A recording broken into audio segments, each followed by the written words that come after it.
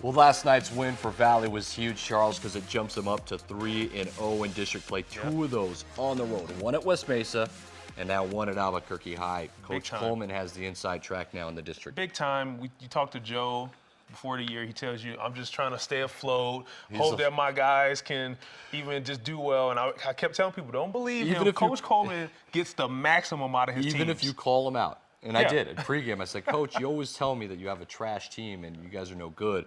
He said, well, we're not any good. We're turning the ball over. And, you know, next thing you know, he's 3-0. Don't ever play poker with him. Ever. Ever. So one of the better, if not the best, one of my favorite coaches out in the state. One of his kids best buy into his system in the state. And they get better throughout the year, which is important. Always. You could have talent and you could start out good, but can you keep getting better? Valley's gotten better. A lot better. Their record, you see 11-7. Most people just see the 7 losses. And that's the thing about basketball, what I like the most. You're a young team. You have time to peak. It's not like football. You lose 1 or 2 games, your season's done. Everything's a learning experience. And they've taken that, what they learned with those 7 losses, and they're on a hot streak now. What, 5 straight wins? They're looking good. Well, big shout out here to Suits Unlimited. They provide our daily wardrobe, make us looking semi-presentable for television. Thank you, Suits Unlimited. Go visit them right across the street from Bios on Manal. Charles, they're your best friends, man. You already know. Go there, get tailored up, go get a nice scarf. I did get tailored up. Get your shoes shine, whatever you need to keep yourself looking professionally well and looking good. Just go see all my guys over there, Larry, Daryl, Ashley, everyone, Steve. Well, so now moving on, Charles, back to the district. We mentioned it vaguely. We'll talk about it a little bit more, though, is Rio Grande slipped up a huge opportunity to propel them back into the 16 field or 16-team field, which is projected by Max Preps and us. I think they missed an opportunity. They did, because I think, well, now they have a Thursday game with, I'm assuming, a very upset Albuquerque High team Thursday night. Now you have a Trisco team that a little pressure's been taken off because they got that victory. Now, you know, they can loosen up a little bit more and not be so stiff. West Mesa, I'm still a little worried about what's going on over there. Yes, it wasn't a district loss, but I think they're going to have to get some wins there. Like, as you mentioned, Valley doing a job right now. 2 road wins over the favorites in that district. So, you know, Valley sitting pretty. That's the thing, is it's a 2 road wins, too, and it's to who they beat, West Mesa and Albuquerque High. And so the Bulldogs now at 1-1. They're going to have to find themselves. They're going to have to find out where they're at. Yeah, Thursday will tell us where they're at, because that Rio Grande game will be tough. We'll see if they can bounce back, right? I mean, they're going to have to. It's going to be a tough game. All right, well, let's get back to District 1-6A, and many people out there think it's the best district. I think it's the best district, but it could be argued that District 5-6A is. But a monster matchup. Rio Rancho going into Cibola, 1-1 in district after they slipped up against Volcano Vista. None of us really saw that one coming. No. And so they had another test against Cibola. The Cougars, flying maybe under the radar in the district early in the season, starting to shake some heads. Zach Garrettson's going to hit a triple, and we'll give it back to Zach Garrettson because he's going to hit a triple. And stop me if I'm on repeat, but Zach Garrettson to open, that's another triple. 3 in a row for Garrettson. You might want to guard him. What do you think? Guard him? Maybe. Cibola trying to get something going. Rio Rancho packing it in. Cunningham gets through. Wow.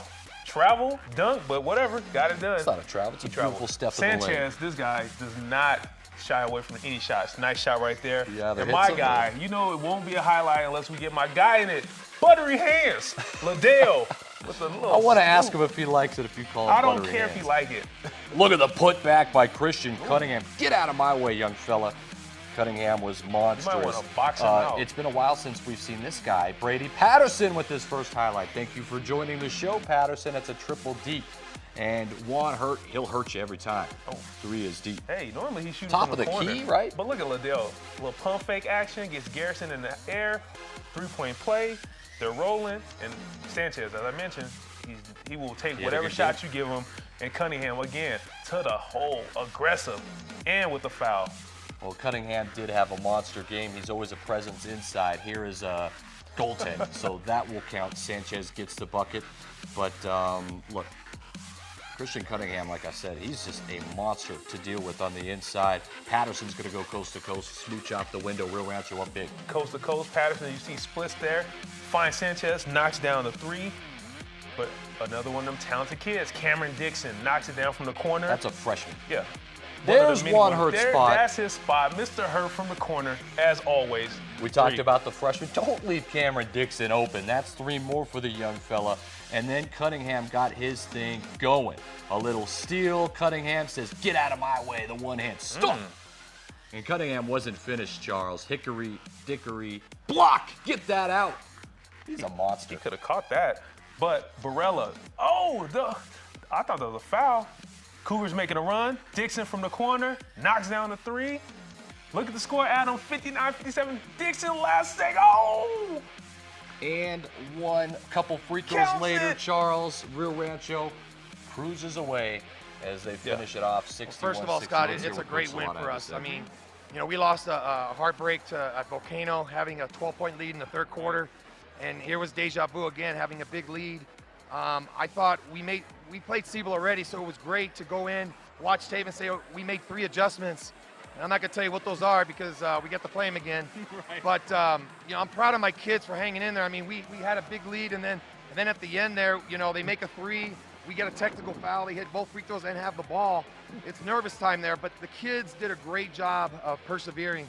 I mean, I know they hit a 3-point in the corner there, but anytime you can get a road district win, I tell you what, I mean, I'm excited for our kids and I'm excited for our program. We know the inside secret to that recipe from head coach Wally We Solana. We'll do you a favor. I'll do you a favor because I like you, Wally. I'm not going to give it away.